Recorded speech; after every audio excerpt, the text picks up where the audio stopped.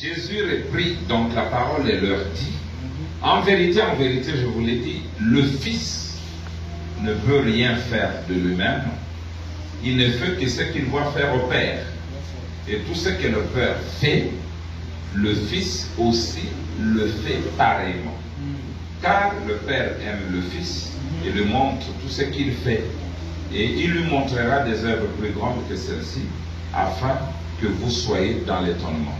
Que le Seigneur bénisse la parole. Moi, je vais seulement intituler quel est ce genre d'enfant?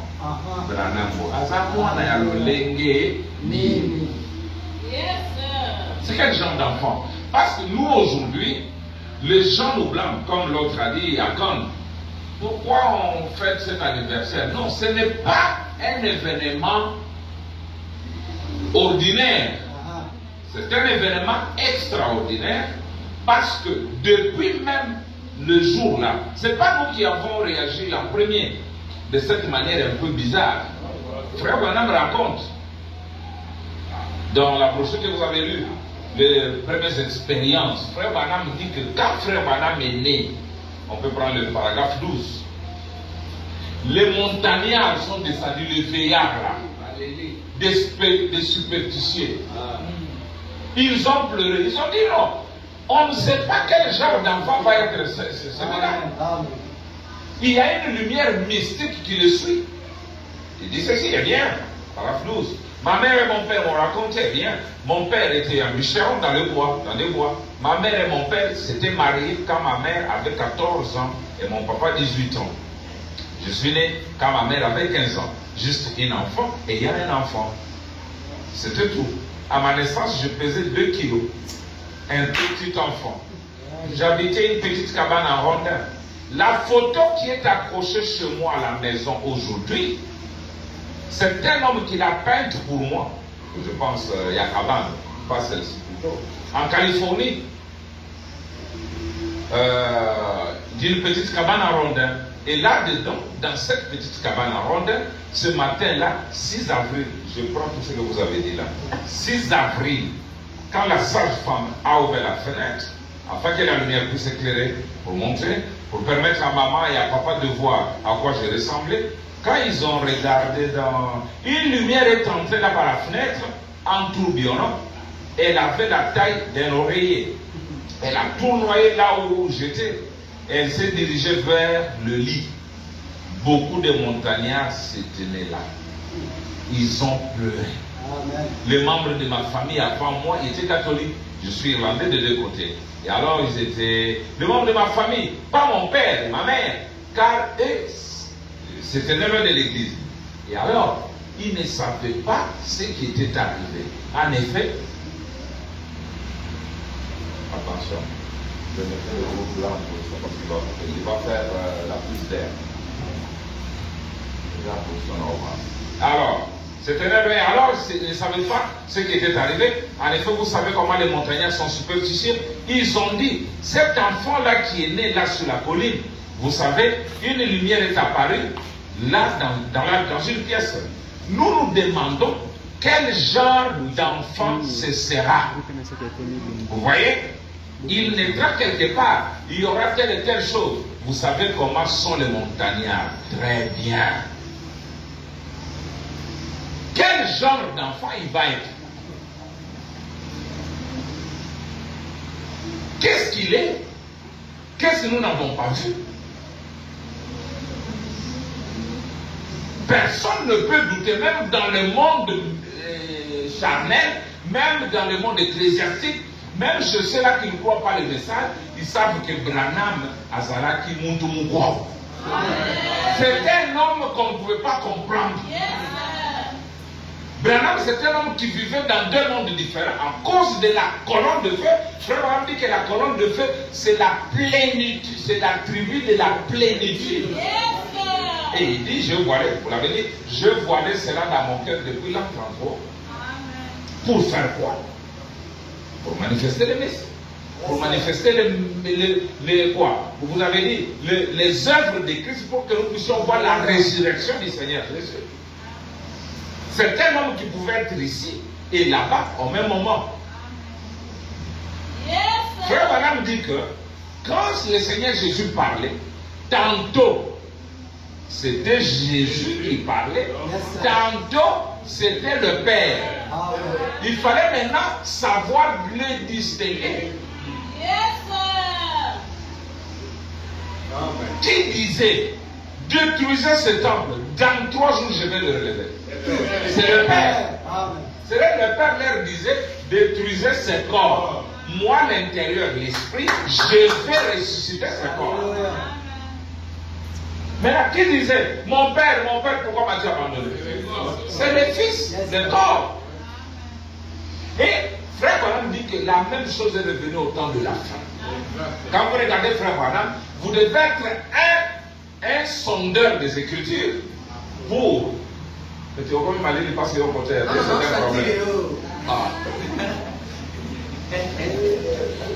Il faut être un sondeur pour savoir distinguer qui parle. Je vais vous lire une citation. Vous allez maintenant me dire qui parle. Parce que Jésus a parlé aux Juifs. Ils ont dit, nous avons pour Père Abraham. Il dit, votre Père Abraham a vu mon jour et il s'est réjoui. Les Juifs n'ont pas pu comprendre qui parlait. Ils ont dit, tu n'as que 5 ans, tu n'as même pas 5 ans. Et tu dis que tu as vu Abraham. Il dit, avant qu'Abraham fût, je suis. Qui? Le Père. Dit que Jésus n'était pas encore né. Non. Mais Jésus dit que j'étais là, il a vu mon jour et il s'est réjoui.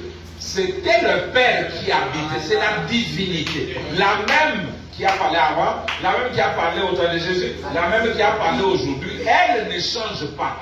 Les corps changent, mais l'acteur principal, là, lui ne change pas. C'est lui qui parle. Vous devez faire cet exercice, vous, la vraie colombe. Vous devez faire cet exercice pour savoir qui parle, qui agit, qui fait quoi. C'est tout ça. Je vais vous lire cette citation. Parce que quand il est venu devant Jésus, il a discerné les pensées. Et Jésus a promis qu'il reviendrait. Maintenant, écoutez ça. Je suis dans Messieurs Cécile de la fin. Messieurs, nous voudrions voir Jésus plutôt du 4 mars 64. J'avais dit, je dirais peut-être 2-3 citations d'arrêt. Écoutez, parole 161. Vous êtes prêts? Oui. Ici, venez, ma soeur. Sœur, venez. Je ne vous connais pas. Nous sommes des inconnus l'un pour l'autre, je suppose. Si c'est vrai, pour que l'auditoire puisse voir que nous ne nous connaissons pas, voyez-vous, c'est exactement comme quand notre Seigneur a rencontré une femme un jour. Et voilà que nous nous rencontrons de nouveau. Alléluia. Nous nous rencontrons 2000 ans plus tard sur sa promesse. Alléluia. Qui parle? Maintenant, si tu es charnel, tu vas dire que Branham était là. Que je les relise. Il dit c'est exactement comme quand notre Seigneur a rencontré une femme un jour. Et voilà que nous nous rencontrons de nouveau. Nous nous rencontrons 2000 ans plus tard sur sa promesse. Et voici un homme et une femme qui se rencontrent de la même manière. Je ne vous ai jamais vu de ma vie. Je pense que nous sommes complètement inconnus l'un l'autre. Mais Dieu nous connaît tous les deux. Qui parle maintenant? C'est Branham. Dieu nous connaît tous les deux. Maintenant, si le Saint-Esprit Christ en moi et en vous révèle pourquoi vous êtes ici, pour quelque chose à votre sujet, serez-vous enthousiasmé comme cette femme-là était ce jour-là? La sœur dit Amen. Maintenant, c'est pourquoi vous êtes ici, c'est compris. Et compris pour une maladie que vous avez au sein. La moralité, ça veut dire c'est ça. Si c'est vrai, levez la main. Maintenant, croyez-vous que Dieu peut me dire de quel sein il s'agit? C'est le sein droit. C'est ça. Écoutez maintenant. Il y a des gens qui n'arrêtent pas de dire là-bas, quelqu'un est en train de dire ça, il le devine. Je ne le devine pas. Ne pensez pas ça. Central, vous voyez? Maintenant, souvenez-vous, vous ne pouvez pas cacher vos pensées. Là, oui, c'est vrai, oui, c'est ça. Vous ne pouvez pas cacher. Frère, nous sommes coupables, nous, de ne pas croire le message comme il se doit. Parce que nous avons vu. C'est pourquoi la génération des Pentecôtistes s'attendait. Ces gens-là, ils attendaient ce don que nous avons. Nous ne guérissons pas. Alors que la maladie devait nous quitter en croyant seulement ces choses. La pauvreté devait nous quitter en croyant ces choses. Comme toi, pour qui nous allons prier maintenant, si tu crois ceci, d'abord tes péchés sont pardonnés. Tes péchés sont pardonnés. C'est ce que le frère Branham dit. Quand vous croyez à cette œuvre, vos péchés sont pardonnés. Sans confession. Donc, on tout mérité. Mais la souveraineté. Nous sommes les peuples les plus heureux. Le peuple d'ici d'avril. Vous voyez mes frères? Oh là là, bon, je ne veux pas aller loin. Ça rejette la prédication. La colonne de feu est venue pour utiliser ses corps, manifester les signes du Messie. Montrer qu'il est ressuscité. Montrer ceci, montrer cela, montrer. C'est ça mes frères. N'ayez pas honte de commémorer cette date. N'ayez pas honte. C'est bon. Il y a quelqu'un qui a écrit, c'est un prédicateur, j'ai pitié de lui. Les gens là qui disent que Branham est Messie, elle est Messie. Oh! J'ai dit, mais qui t'a fait ministre?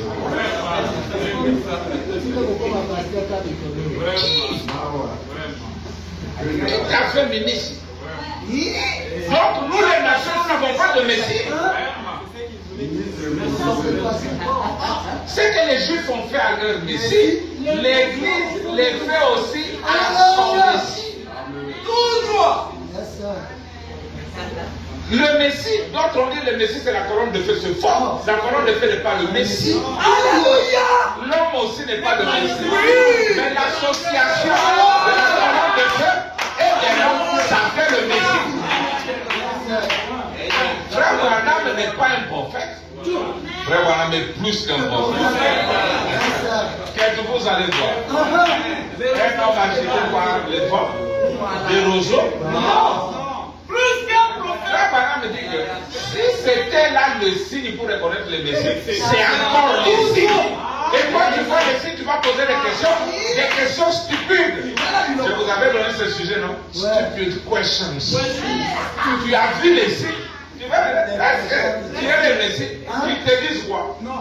Branham dit, ce que vous croyez de moi, gardez-le pour vous-même. C'est une révélation individuelle. Après production. Amen. Vous voyez mes amis, mais si elle est Messie, vous ne l'adorez pas. Nous savons ce que nous adorons. Parce que même Jésus là qu'on adorait, nous ne l'adorons pas. Jésus lui-même a dit à la femme, le jour vient où les vrais adorateurs adoreront le Père, pas moi. Ils adoreront celui que j'adore. Parce que Jésus adorait aussi. Branham adorait. Adam adorait. Qui dois-je adorer? J'adore celui que est adoré. Ils adoraient qui? Le Père qui était en eux. Et moi j'adore le Père qui est en moi. Parce qu'en tant que je suis devenu le lieu d'adoration. La nouvelle Jérusalem.